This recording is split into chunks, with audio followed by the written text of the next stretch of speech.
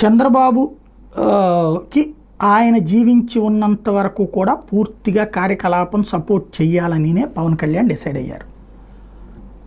ఎక్కడ ఏ ప్రాబ్లం అంటే వైఎస్ఆర్ కాంగ్రెస్ పార్టీ అంతం, చంద్రబాబుని ముఖ్యమంత్రిగా కొనసాగించటం అన్నటువంటిది పవన్ కళ్యాణ్ ప్రధాన ఎజెండా. భవిష్యత్తులో ఒకప్పుడు కనుక జయలలిత ఏ పార్టీ నుంచి వచ్చిందో, ఎంజీఆర్ భార్య ఒకవైపున ట్రై చేస్తే, అటు పక్కన జయలలిత చేస్తే నిజమైన వారసురాలుగా జయలలితని ప్రజలు ఎన్నుకున్నారు. ఆయన భార్య పక్కకి వెళ్ళిపోయింది. అట్లాగే ఇప్పుడు లోకేష్ కంటే వారసత్వం తను తీసుకునే ప్రయత్నం చేస్తున్నారు.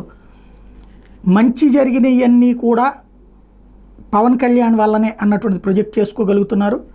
అదే సందర్భంలో జగన్ని కట్టడి చేయగలిగినోడు పవన్ కళ్యాణ్నే అన్నటువంటిది ప్రొజెక్ట్ చేసుకోగలుగుతున్నారు.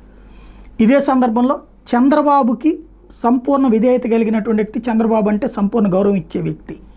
భవిష్యత్తులో ఏదన్నా రాజకీయాలు అటు ఇటు జరిగితే ఆ టైంలో మళ్ళీ తెలుగుదేశాన్ని కాపాడగలిగేవాడు ఒక్క పవన్ కళ్యాణే అన్నటువంటిది జనంలోకి చాలా జాగ్రత్తగా నిశ్శబ్దంగా తీసుకెళ్లడంలో సక్సెస్ అవుతున్నారు పవన్ కళ్యాణ్.